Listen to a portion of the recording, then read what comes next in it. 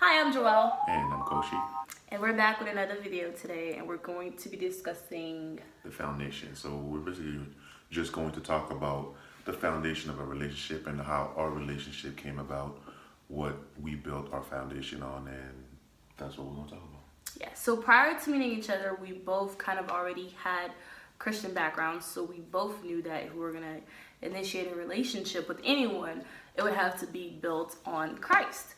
So before meeting him, I already knew that, and he already knew that. So, but we both kind of had like what we still wanted. It wasn't like, oh, the person's a Christian and they're the one. You know, we had our choices and things that we wanted and we didn't want. So I had my deal breakers and he had his deal breakers, right? Yeah, for me, it was mostly like, I grew up in a Christian home like a lot of us did. And, you're forced to go to church. But then when you grow up, the older you get, you build your own foundation with Christ. You build your own relationship with Christ. And to me, always being in a relationship with somebody, I was always thought that it had to be like equally yoked, not just mentally, but also spiritually. And that's one of the things that I always looked at it. And in speaking of being with Christ, that was one of the deal breakers for me. If she wasn't, a woman who feared God, a God-fearing woman, I don't think I wanted to get involved in that. That was one of my major deal breakers. What was yours? I had a couple, but I think that was one. I mean, at first, I'm not going to say that as soon as I started going to church, it became important to me. I feel like once I started to also observe my surroundings, I've seen a lot of unequally yoked relationships, marriages, and stuff like that. And I really didn't want to put myself in that same predicament. So it was kind of like a wiser choice because I feel like if you were equally yoked and you're like covered under the umbrella of Christ, when it's like when you're not, then it's kind of like, who are you guys, who's holding you guys accountable? Like, you guys don't pray together, you don't have a spiritual life, you're not growing together spiritually, and that's like a big important thing, especially when you grow up like in a godly home. So that was a big thing for me. So it was definitely a deal breaker too. Definitely. I think that, like I said, that was my major deal breaker, being having a woman that fears God more than she feared me. Not really fearing me, but fearing God first.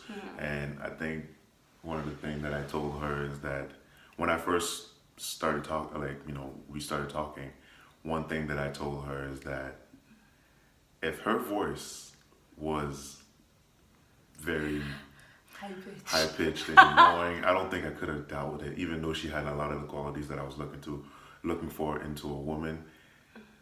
I don't think that I could be with. It's just me. I'm not trying to go against anybody, but it was just like that was one of my deal breakers. If the voice was just too annoying and I couldn't handle it for 24 hours and 365 days a year, that's a deal breaker for me. And luckily, her voice is not that annoying. It's not annoying. Okay, I think, yeah, so for me the first of course was being equally yoked spiritually, and my other thing was being equally yoked physically and mentally.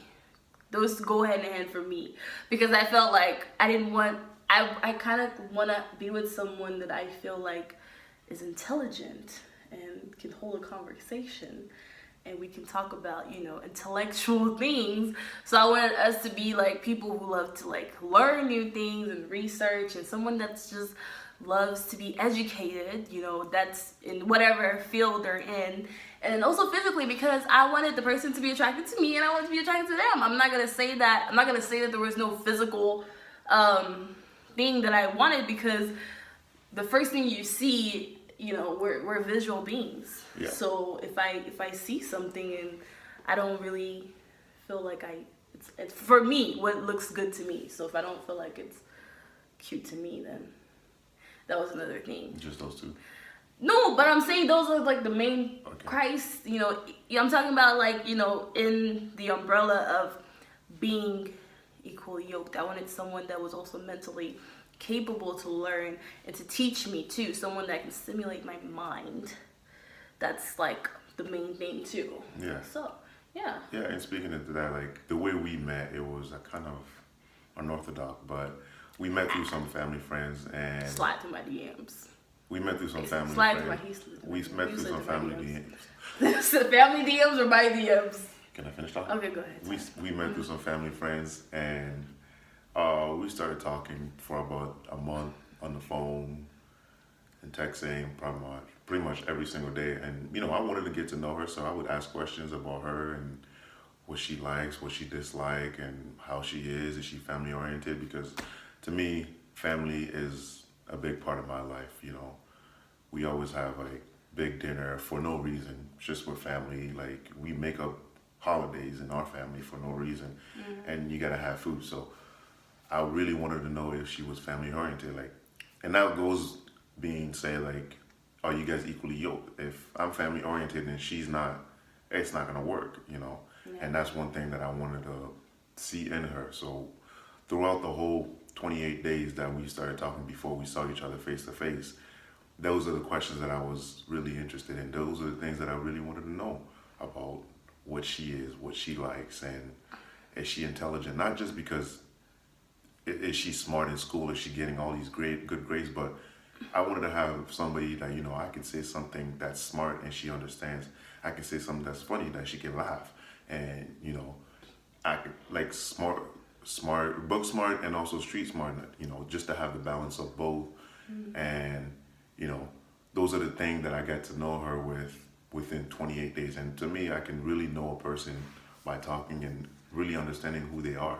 And I like the fact that while we were talking, even though she felt like I was annoying, because I would pretty much tell her, I'm calling you at this time, and she had no choice. But it was the fact that we got to know each other, the fact that she was just being herself, not trying to be somebody else. So when I first saw her face to face, I already liked what she was like, her character, her mentality.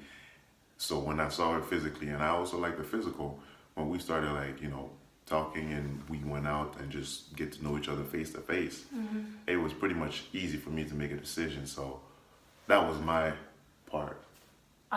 For me, I would say that, like he said, he was very bold. I definitely wanted to be with a man that was very straightforward and knew what he wanted from the jump, because I've always been the type of person that kind of knows what she wants, like, for a long time now. So I didn't want to be with someone that's like doesn't know what they want out of life, doesn't know what they want out of relationship, out of a lot of different things. And to me, it was like I liked that he was really, really bold, and that's one thing that stood out. And You want to tell them what happened wait a minute. What that happened? weekend when you asked me the question? Oh, okay. Well, this is yeah. So I like that he was bold, and also family oriented. I wanted someone that has a culture, because I'm Congolese, and I'm okay. Of course, you know, growing up here and learning a lot of the American culture stuff, I still don't want to lose that, and I want, like, one day when I grow up, I'm able to like bring this person around my family. When I have children, I want my kids to have some kind of background. So that was a big thing for me, was like culture. I wanted to have us to kind of have like the same upbringings a little bit, just because, so we would understand each other, which goes into kind of what he said, being family oriented, you know, growing up in a family where family is like really important. So I wanted to be with someone that kind of already had that base, because it's really hard to teach something like that, because it's something that you learn from home. You can't just like make someone be family oriented. They either are or they're not. And so that's something that stood out to me. And I think the main thing was because one of our first conversations, it wasn't even via phone. No, it was text. Yeah, via like like via text. messenger. I'm talking about the conversation we had via messenger. I like the it fact was that text. can I tell my side? I like the fact that we started talking about convictions, remember? And I was like, we hadn't even spoken like on the phone or face to face, and it was like we just started talking about convictions, like as if I just know him and he just knows me, and just flew right ahead. I feel like we just talked about like growing in our relationship with God, and that was amazing to me that we both kind of mentioned God in the first conversations. You gotta look out for that. Like, if you want, you know, a Christ-centered relationship, you gotta look out for those little clues that, you know, show you that the person, you know, is about God. If they don't mention God like ever, then that's kind of, you know.